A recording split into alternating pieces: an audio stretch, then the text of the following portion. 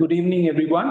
We are beginning the live session for the NPTEL course, Gas Dynamics, Fundamentals and Applications. So if there are any queries, you can ask us, you can send it over the chat, and or our email is also open for the course. You can send it to that also. And we will be answering the queries right here. The live session is open from 4 to 5.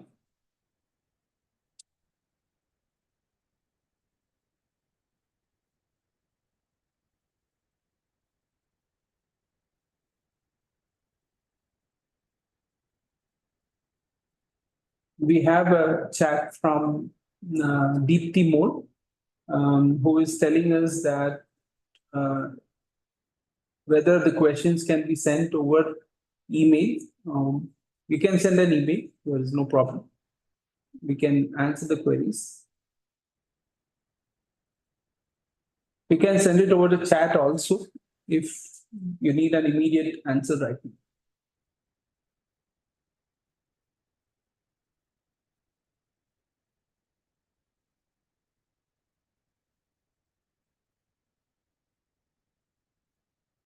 Today, along with me, we have Karthikeya Bharadwaj, who is the teaching assistant for this course.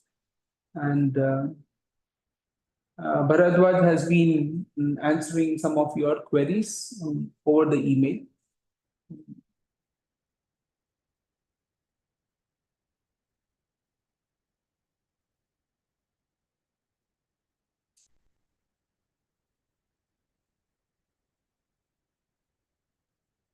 So, Bharadwaj, where are we right now in the course? We are dealing with normal shocks currently. Okay. And we have looked at the conditions and how do we use properties across normal shock. See, normal shock is the first point in the course where we bring in a lot of things which is special to gas dynamics. Normal shock is a nonlinear phenomenon, and it is so thin that you essentially don't look at what is happening within the normal shock, and what you do actually is analyze states before and after the normal shock. So the way we solve any problem where there is normal shock is look at the states before and after. And the nice thing about normal shock is that downstream properties are dependent only on the upstream properties. And upstream Mach number, for a case of calorically perfect gas, it is dependent only on the Mach number and the ratio of specific heats. Okay, so we have a question right now. Is it possible to form a shock in subsonic condition? So shocks are present only in supersonic flows. So, but that's not the only answer to this question, because we need to ask what kind of a shock are we talking about? It is possible for a shock to travel in a quiescent medium or in a subsonic flow as well, but that is a traveling shock or a moving shock. If you are talking about a stationary shock, then the stationary shock will be present only if there is an upstream supersonic flow. So a traveling shock, on the other hand, it can travel in the flow, and it will always travel at a velocity that is supersonic relative to the flow. So only if you have a supersonic relative flow, you can have shock waves, or shock waves are present only in supersonic flows. So relative to the shock, when a shock is traveling, if you jump onto the shock, you will find that the oncoming flow to the shock is supersonic. So that's the case. So It might be subsonic. yeah. So have we done moving shocks? Not yet. Not yet. So we are still at stationary shocks. There was one more question. Yeah. Is it possible to form expansion fan in subsonic or supersonic flow? Again- Or sonic flow? Again, expansion fans are also formed only in, yeah, you can start from sonic flow. If you have an expansion fan in a sonic flow, it gives rise to supersonic flows. But expansion fans are present only in supersonic flows. So the minimum Mach number for an expansion fan is Mach number 1. And as we have seen, have we done expansion fan analysis in the course already? Not Not yet. So I think it is coming. So whoever has asked the question has asked a question for something that is going to come later in the course. Good evening, sir. This is Jayaprakash. Good evening. Yeah, good evening, Jay Prakash. Sir, I'm also taking this course, sir. Yeah, please. Sir, So if this, you have any queries, you can ask. Yeah. sir, this gas dynamics is 1D or quasi 1D only we'll be studying, sir, all the time? No, so the progression is we move from 1D, then normal shocks are analyzed using 1D. Then we move to oblique shocks and expansion fans, which you can analyze in 2D frame. Okay. And then later in the course, we also deal with things like method of characteristics, which are actual, we do two-dimensional problems, but they can be extended to other three-dimensional problems. But this is fundamentals. So at a fundamental level, what we are looking at is to understand how compressible flow is different from incompressible flow, and what are the distinct features, flow features that you will find in compressible flow problems, and how do we tackle them fundamentally.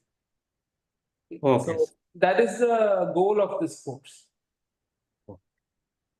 Thank you, sir. Good to see you, Jay Prakash. You can see Yes, your sir. video. Thank you, sir.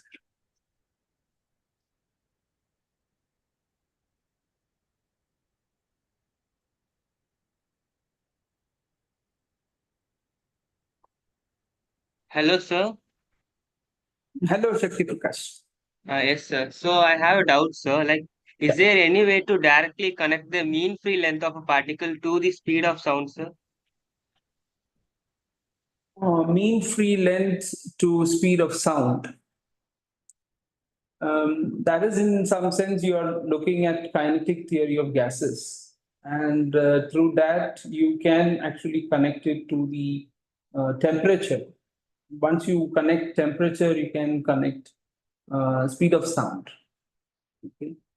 But that I am talking about only in sort of, we can say, perfect gas kind of scenarios.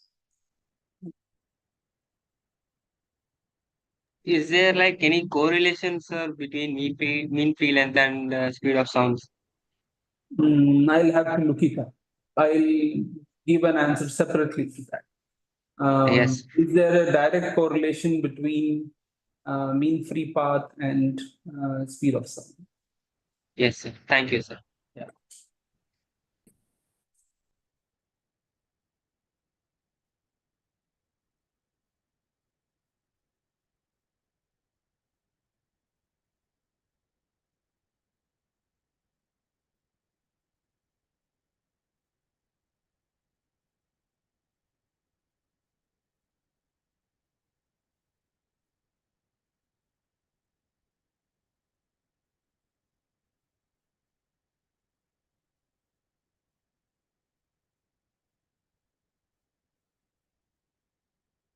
So we have covered Knudsen number. So in that we have introduced molecular mean free.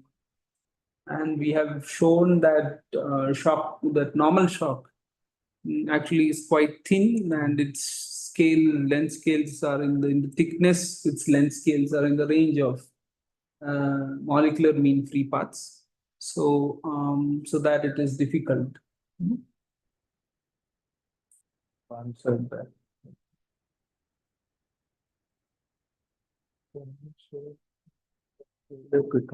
Formula. Okay, Rally Pito. So Pito, have we covered Pito right now? Yeah, so it is covered. So yeah, so so what you have to understand, I think you should understand the principles of how the Rally Pito is formula is, you arrive at it. Pito is a device which is used to measure the speed or the Mach number of the flow.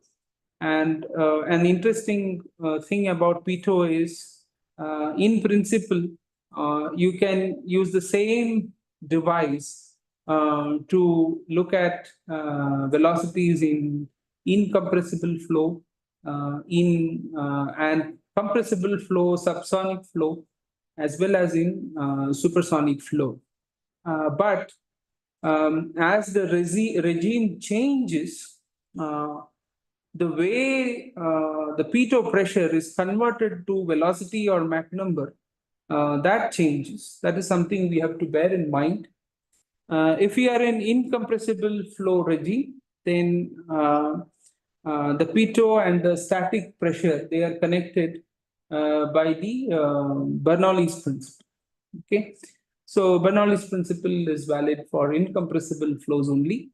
So once you go to compressible flow, then we use the understanding of what is stagnation pressure, because pitot always measures stagnation pressure. So so we come to the fact about isentropic flows, or rather the isentropic process, which is used to connect any static information, which is a static pressure or static temperature in the flow, to the stagnation condition, which is achieved through a hypothetical isentropic process. So the stagnation pressure that is measured by a pitot then can be connected using an isentropic process, and you can again recover the Mach number. Now, when we move to supersonic flows, when we go and put the pitot tube in a supersonic flow, it becomes an object in a supersonic flow, and an object in a supersonic flow always produces a shock around it. So a pitot will also have a shock around it. So if you take the stagnation, the line, okay, the streamline that goes through the stagnation point, you will find, and usually the pitots are blunt. So you will find that the stagnation line passes through a normal shock. Okay. So the pressure, the stagnation pressure that the pitot is measuring is actually the stagnation pressure downstream of a normal shock. So you have a supersonic flow upstream, then you have a normal shock, and a normal shock introduces entropy, and therefore you have a stagnation pressure loss, or your P02 is less than P01. Therefore, you have to account for it. Okay, so basically, the idea is the same. The pitot finally you're using is an isentropic process, but the value is of P02. And since there is a 1:1 relation, or you can say the downstream is only dependent on the upstream. So therefore, you can connect the static pressure upstream with the downstream P02 stagnation. And you can arrive at a single formula, which is called the Rally-Pitot tube formula. One more question we have from that. Yeah. It's basically on the forms of equations that they are asking what is the exact meaning of differential and integral forms of equation, which is easy to use and which is used widely. Both are used widely. So, integral forms of equations, both integral and differential forms of equations are used extensively by fluid dynamists. Their purposes are are slightly different, though finally they give you the same kind of outputs. So the integral analysis is a control volume kind of analysis where you are looking at mainly you're looking at the fluxes that is coming in and going out of a system where you can consider. So your control volume can be defined as large as or as small as you want. There is a certain freedom to that as you need to do the analysis. So it is not just we can arbitrarily define any control volume, but you should look at what is your purpose. What is the purpose of doing the analysis? For example, you want to analyze a thrust produced by an engine. You can actually encompass the whole engine inside the control volume, right? And you can have the inlet and the outlet, and then you can get a relationship between the thrust produced and the fluxes that are happening. So the control volume analysis is used extensively to do all these kind of analysis. It's more global in that sense, and it gives you sometimes it is able to simplify the analysis to do some very quick calculations, which you need to define a certain, say, a flow system. If you are you have the broad parameters, but you need to get to some smaller or some quantitative numbers, you can start with control volume analysis. So we can say that control volume is done over a big, a larger system, larger system. But if you take an aerodynamic device or an aerodynamic system, then there is the system's effectiveness is finally dependent on the nitty-gritties of how the flow happens. So if you want then to, after getting to a overall, say, geometry, you want to fine-tune the geometry, then you need to go and understand the details of the flow, what is happening, where the shock is occurring. For example, if there is a shock, and is there possibility of minimizing the shock? To answer all those questions, we need to do a detailed analysis of the flow field. Okay. So to do a flow field analysis, you go towards differential kind of analysis. So differential analysis is a field analysis, while integral analysis is more like a control volume. mathematically, we can normally go from one to another. Yeah, you can. So mathematically, both are equivalent systems. So you can go from integral analysis, you can apply the relations like Stokes theorem and divergence theorem. Yeah. And then go from integral to differential. So both are equivalent and both are widely used.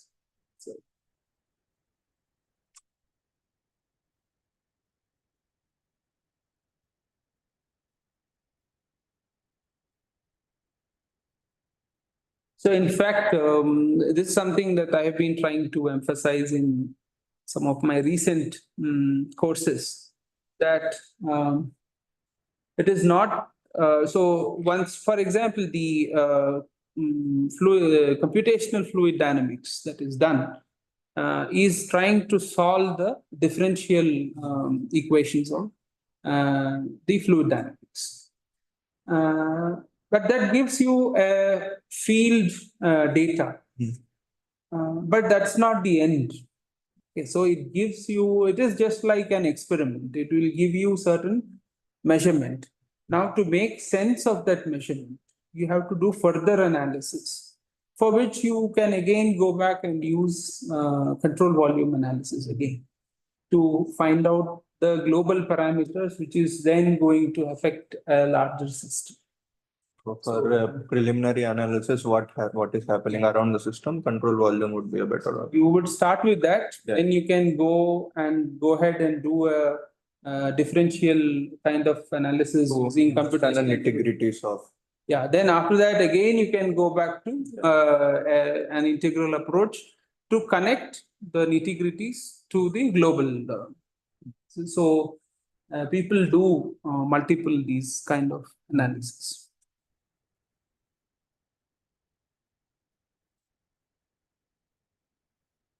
There's one question that is it possible to form an oblique shock inside a CD nozzle? Yeah, yeah. So again, this question is slightly ahead of time. We will answer this question in the course and in the due course of the lectures. But to answer it right now, yes, you can get oblique shocks. In fact, what we have as a normal shock in a convergent divergent, or rather the divergent part of the nozzle, is a flow model. The usefulness of such flow models is to understand what is happening or why something is happening. And it's a very good model also that allows us to understand the relationship between how a nozzle behaves with respect to the pressure ratio that is applied across. But real flows, they have certain other complexities. That is, they have the viscous boundary layer. And if you have shocks along with the viscous boundary layer, you have what is known as shock boundary layer interactions. And then the flow that forms is actually quite somewhat different to look at from what we describe as a flow model, which is a single normal shock. So you can get oblique shocks inside the divergent portion of a nozzle. It is possible.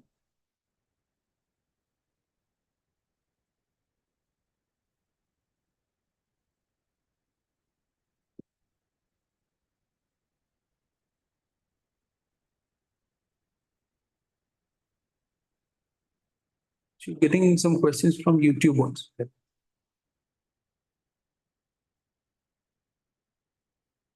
So to put into perspective that in CD nozzle, at the exit, we normally have because of the over expansion and under expansion case.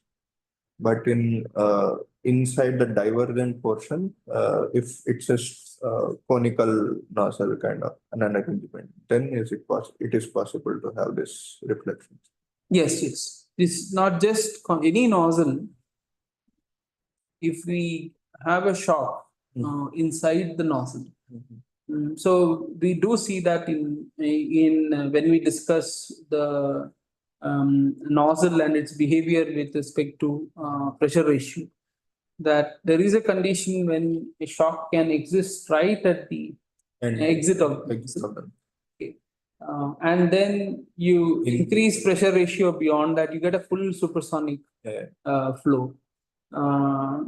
But if you have pressures which are back pressures which are higher than that, then what happens is the shock starts moving inside. So, but the moment it starts moving inside, it will encounter the boundary layer. So that is the. So once you have boundary layer and it starts getting affected by the shock, you will start getting some other features. But the shock will move inside. As you increase the back pressure, the shock will continue to move inside. So as such, the qualitative generation from the CD nozzle won't take place. It's just that the shock moves inside and it's yeah, it will change its shape because there is going to be an interaction. So when the interaction happens, you will not get So there is nothing like absolutely straight normal shock. So it's very difficult to get that in real flows. But it's a good flow model because if you for a large part of the flow you can consider that's quite good. But the real details are a bit more complex. One more question we have regarding the CD diffuser. Why shocks didn't form in convergent portion of a CD diffuser I think that part is again coming in the future? in future discussions. It has to do with mass conservation and the ability of the diffuser to admit a certain mass flow rate. And it has to do with the fact that shock produces a stagnation pressure loss. So if you combine these things, you will understand that once you have a supersonic flow coming in, what you should understand, this is in fact something that you should understand right now also, that if a flow is supersonic, then the downstream conditions cannot affect the upstream condition. So there is what we call as the information doesn't propagate upstream. So because of that, once a certain mass flow enters a stream tube supersonically, it means that that mass flow has to carry through till the end. And if there is a chance that that mass flow cannot pass through, then nothing can happen in between. It should happen right upstream, at the upstream.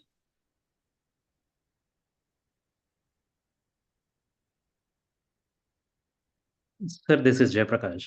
Yeah, Jayaprakash.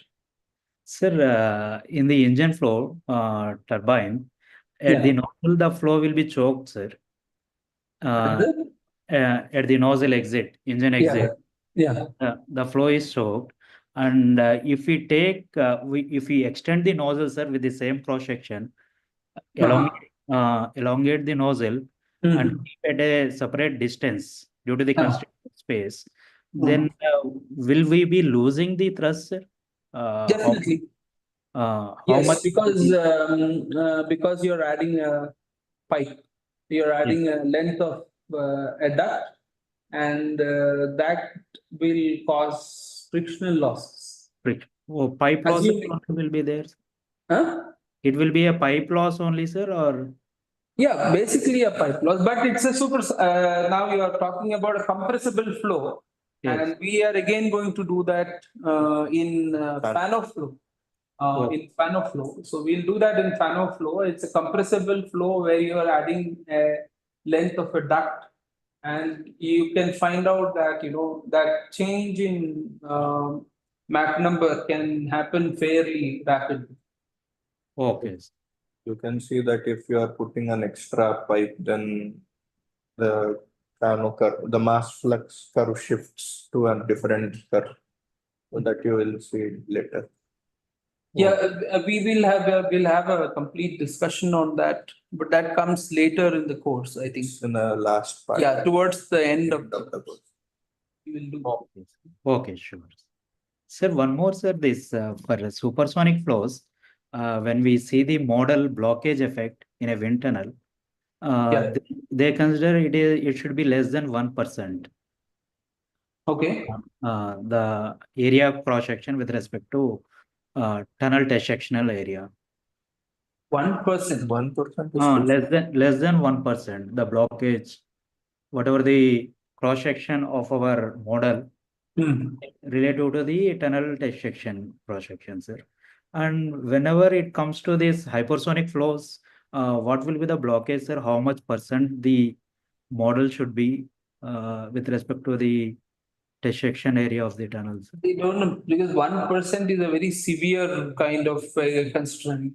That means you are talking about extremely very small. So if you have, say, 1 foot, that's about 300 mm, which is a typical tunnel. 1% of 300 mm means you're saying a diameter of about 3 mm.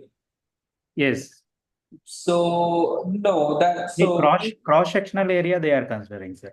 It is area, not the. So area wise, if you look at it, Yes, yeah, that means you'll have to take a square. square. You have to take a square. I have to check back because normally we do have so for a 300 mm square cross section, we do use model sizes which are of the range of say few tens of mm. 50 mm. Yeah, 50 mm, 30 mm, 40 mm. Okay. So what the blockage is for supersonic wind tunnels has some other things which is like whether the shocks that are formed, right? It is Yes. the same thing which happens in the case of a diffuser, right? If you put a model inside the wind tunnel, it's going to produce shocks, and that actually affects the area ratio or the amount of area through which the flow can go. It will also reduce due to the presence of the model, but along with that you have shocks. So as a combination of these two, if the area reduces significantly because of the size of the model, then the tunnel will not start. So that is the condition of blockage in supersonic Awesome. wind tunnel. And you can do this calculation. We actually, I think we do it later in the course about when we talk about diffusers. When we talk about starting, we talk also about wind tunnel flow starting. And what is held for diffusers is the same thing we can actually apply it inside the tunnel test section. Okay. And then find out whether blockage happens. Okay.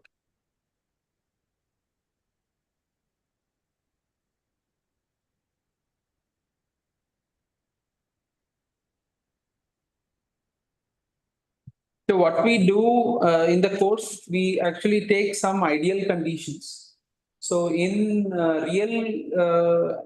real such applications, we do also a lot of flow control in order to make the tunnel flow smooth as well as allow a good flow to happen. So there are other things that are also done. So in order to improve starting, people can use something like an ejector and things like that to improve starting of the tunnel, do things, other things also. So from ideal conditions, this is what we discuss. In practice, there are a lot of things, a lot of flow control that is applied to get the tunnel working in a much better condition. Okay.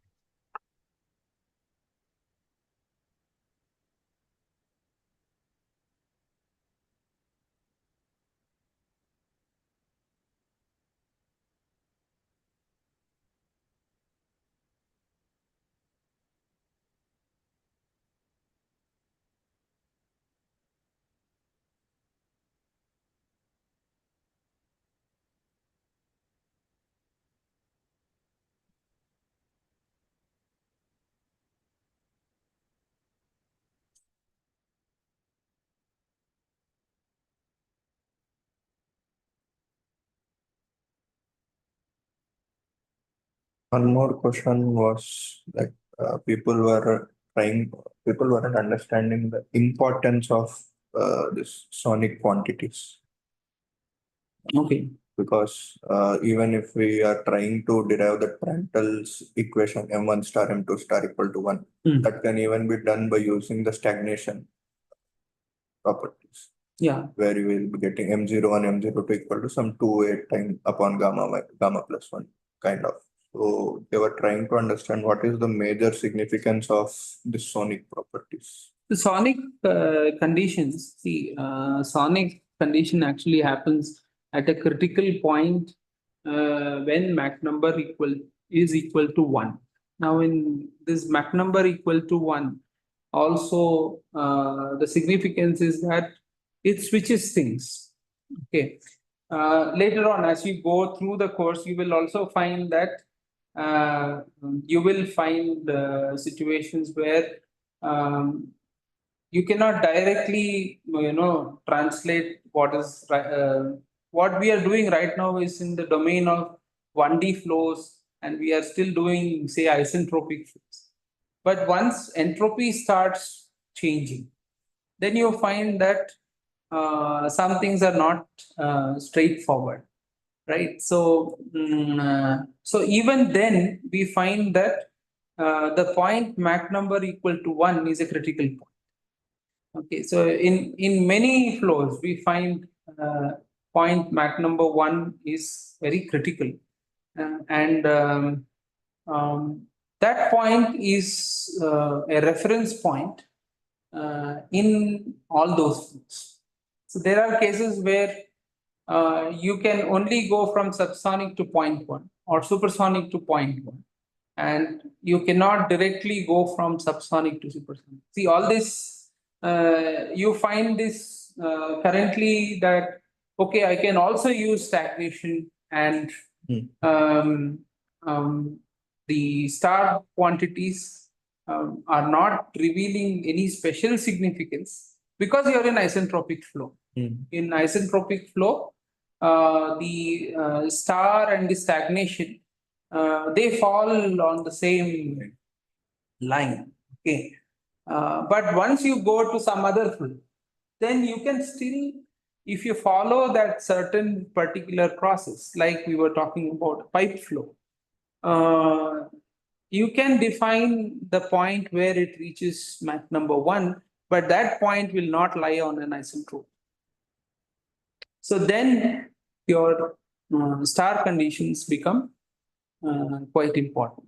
But in an isentropic flow, of course, you can, but it is also a good reference point. Because when you look at going from subsonic to supersonic or supersonic to subsonic, it has to go through the star point. So you can use the star point also as another way to. So earlier, the tables were, see now what is happening is we are more and more we are using computers to do, or even now calculators are quite good. So you can do a lot of computations. These are gas dynamic closed form solutions are also not very straightforward equations. So solving them may be useful. You can find solving easy one way. That is, if you're given Mach number, you can find pressure ratio of the shock very easily. But if you're given pressure ratio, finding Mach number is not a straightforward thing, or it is not very easy to do that. So the earlier, the way it was being done is to use gas dynamic charts, which was also done extensively in our classroom. Also, we used to use it, and some of them did have these represented in terms of A star also. So you have both representation; they are equivalent. So.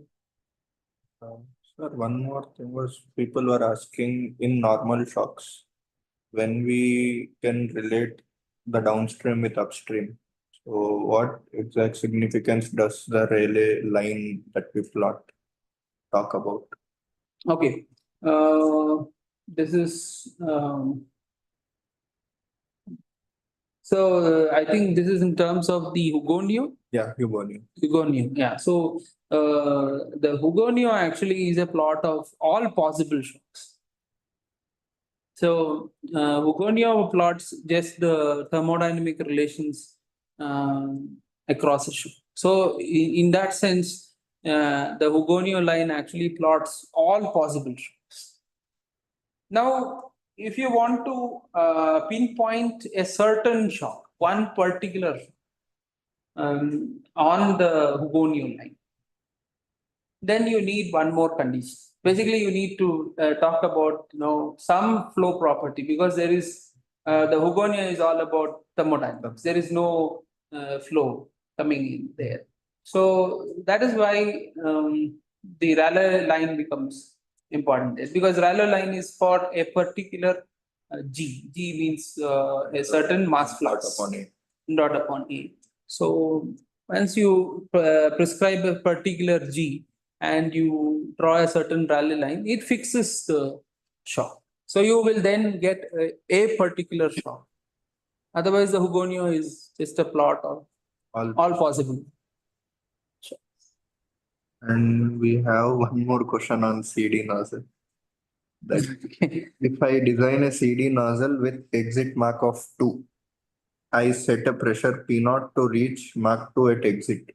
Okay. If I further increase P0, what happens to the exit Mach number? Will it increase, decrease, or remain same? And also, what happens to the mass flow rate at the throat? Will it increase, decrease, or remain same? Yeah, I think this is coming up in the subsequent. We are going to spend, I think, close to more than 2 weeks, I think, on convergent, divergent, or rather varying area ducts. But quick answer is that Mach number, once you provide a pressure ratio, that will satisfy the Mach number. Mach number you will achieve is 2. Even if you increase the stagnation pressure, you will still get 2. And mass flow rate is always dependent on the minimum area. In such a case, it's called a choke nozzle. So that is also fixed. But if you change the stagnation pressure or stagnation conditions, if you change, it will change the mass flow rate.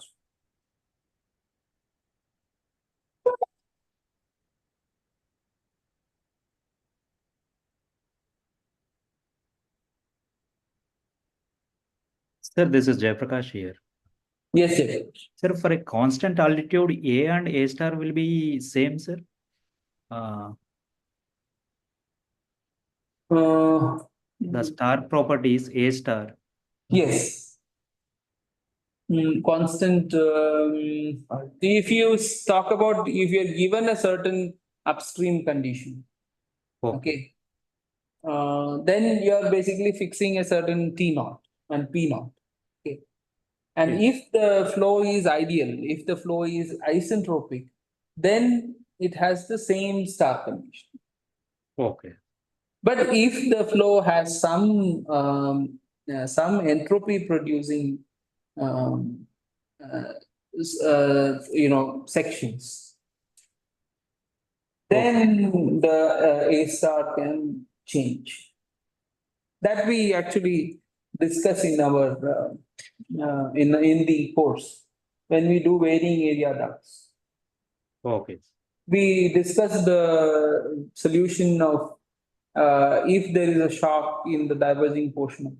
If that happens, what happens to A star? We discuss that. Okay. So the basic doubt was if we are writing A star, the basic way we define that is through telling that if we can take a flow isentropically to Mach number 1, that's how we define A star or M star. Yeah. So when there is some entropy producing processes in between, will it be correct to call it M It is star? still called star quantity. So we approach it in steps. So we don't you don't go and feed everything at once. So you are trying to understand some complex behavior, and we begin in small steps. And we begin with isentropic flow because it's easy to understand, and you have the property that the stagnation conditions, the star conditions, all fall on the same line. Okay, but you can make it a little more, stretch it and make it more general, and then say that if you are following a certain flow process. I talk about flow process because you can get many different cases. For example, you have, say, there is friction, or then you can have, say, heat addition. Then you are following a certain flow process, and you can achieve Mach number. Even then, that particular point is called the star point. The only thing is that it is not falling on your isentropic. So you can generalize that. The definition of star properties can be given as properties pertaining to Mach number 1. Now, when you reach Mach number 1. You can make it generalized. And then you can go to a case of a more general case of when there are combinations of these.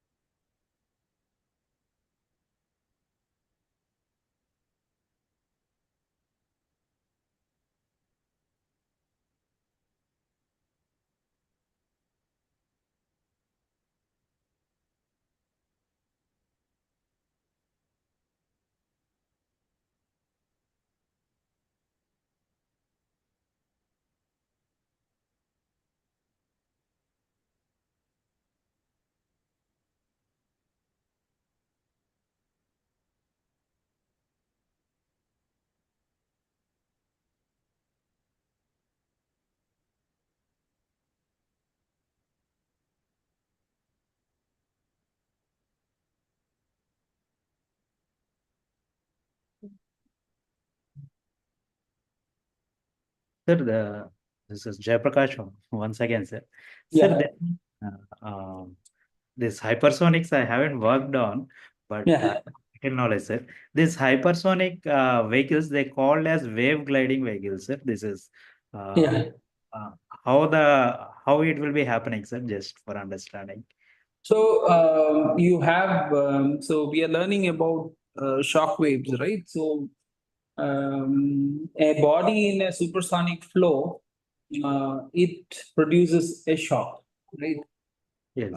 Now, if you take, for example, if you try to take, say, something like which has the shape similar to, say, our current civilian aircrafts, which have very long wings, and that is the span of the wing is quite long, and they have a tubular or a cylindrical shaped fuselage. Then when this kind of a vehicle goes supersonic, then all parts or all different parts of the vehicle will start having their own shock structures. Yes.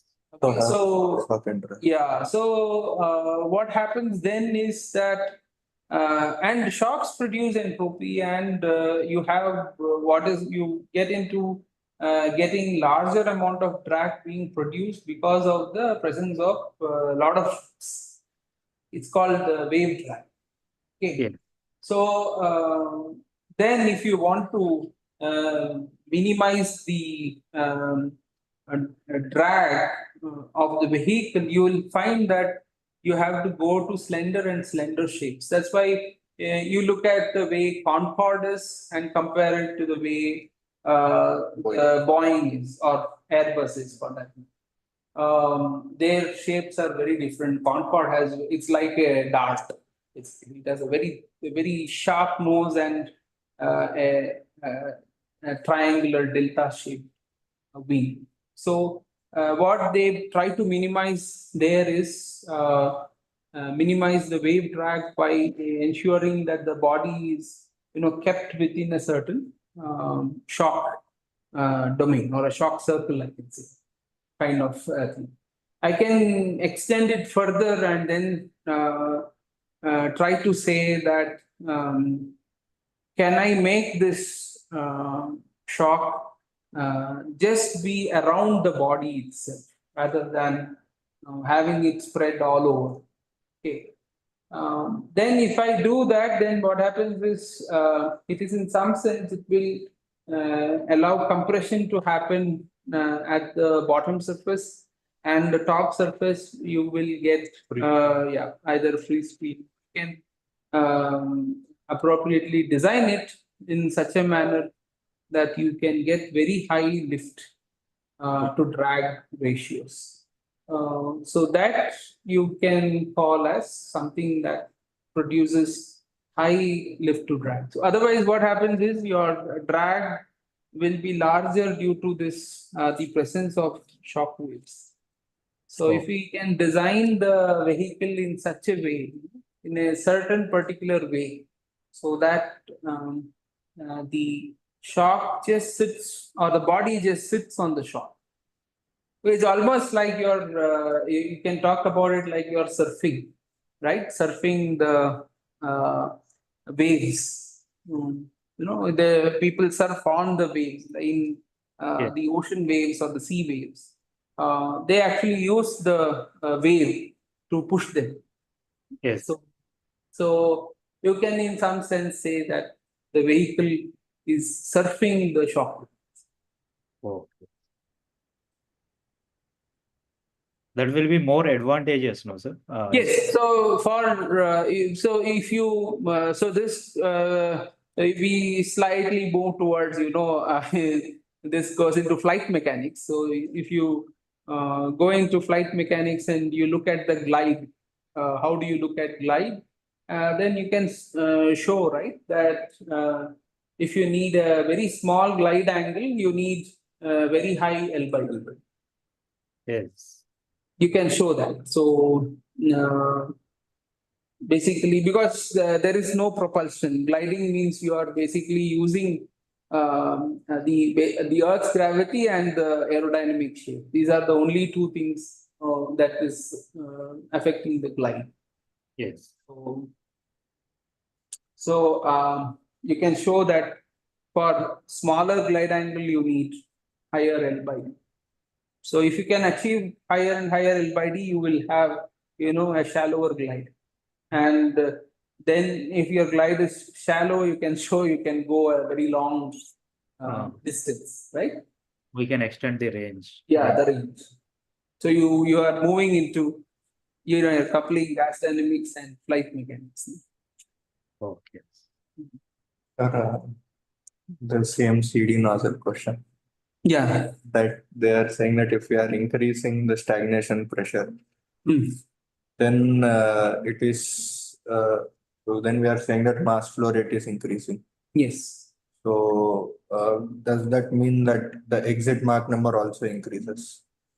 Now, once you provide a certain pressure ratio and an area ratio, and the pressure ratio is such that it can produce a supersonic flow. So again, you should understand that in the supersonic flow, the downstream does not affect the upstream, and the response towards the geometry is also, it happens in a certain way. Once you achieve supersonic flow in a certain CD nozzle with a certain geometry, if you don't change the geometry, you don't change matter, basically. That is so it is fixed. Yeah, so there can be changes in different properties. Other properties that can change, but you can change. So velocity is not the only. It's a compressible flow. That's what you should understand. There are multiple parameters which change, not only one parameter.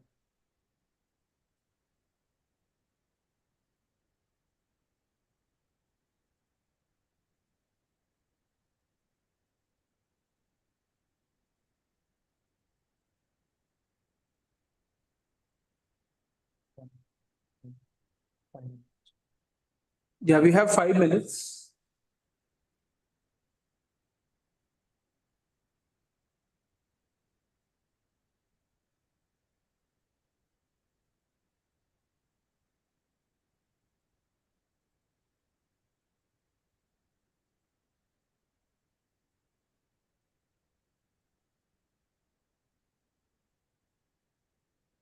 Sir, Jayaprakash here, sir. Sir, Yeah. in this hypersonic flows engines, we have combustion also, sir. We can have a combustion inside. Yes, you can. Yes, you can. Only thing is that you have to worry about stagnation losses. So as you go higher and higher in Mach number, you find that the same propulsion device will not produce an effective propulsion. So you have to change the device. That's why we have for subsonic flows or subsonic to transonic flights, the turbojets are effective propulsion devices. And if you go beyond that and go into high supersonic flows, you get ramjets, which are more effective.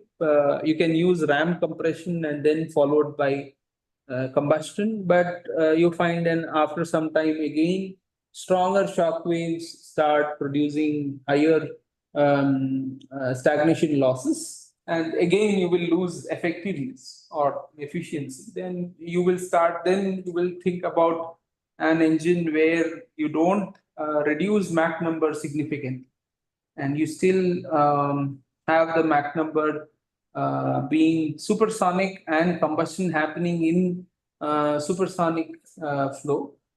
That is the principle of scramjet or supersonic combustion ramjet. So as your regime changes, the way the air breathing propulsion is done is slightly different. It is different in different regimes, though all of them fall under the same Brayton cycle. Okay.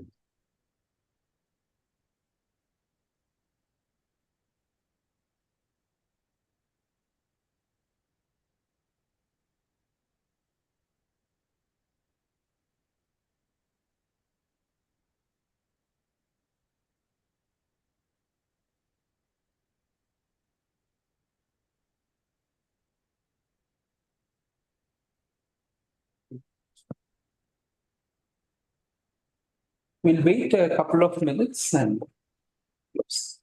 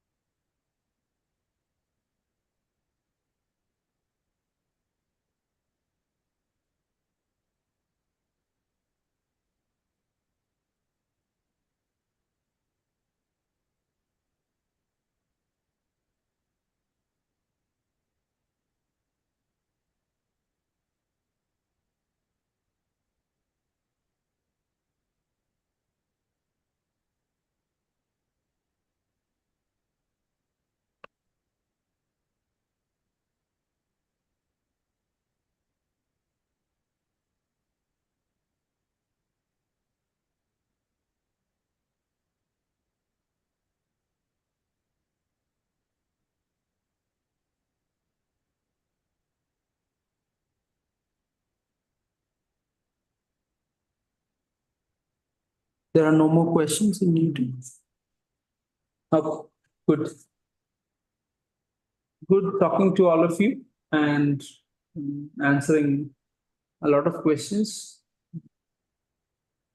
You can reach back to us over email for the course that is available for the course, and we'll continue the interactions. Hope you are having an enjoyable learning experience. Yes, sir. Thank you, sir. Thank you. Please feel free to put questions on discussion group. Yeah, sure, sir. Thank you very much. Thank you.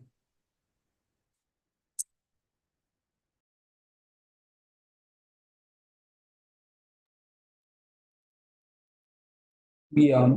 So NPTEL office, if you are available, you can. Yes, sir, we can wind up, sir. Yeah. So thank you. So we'll be logging off the session.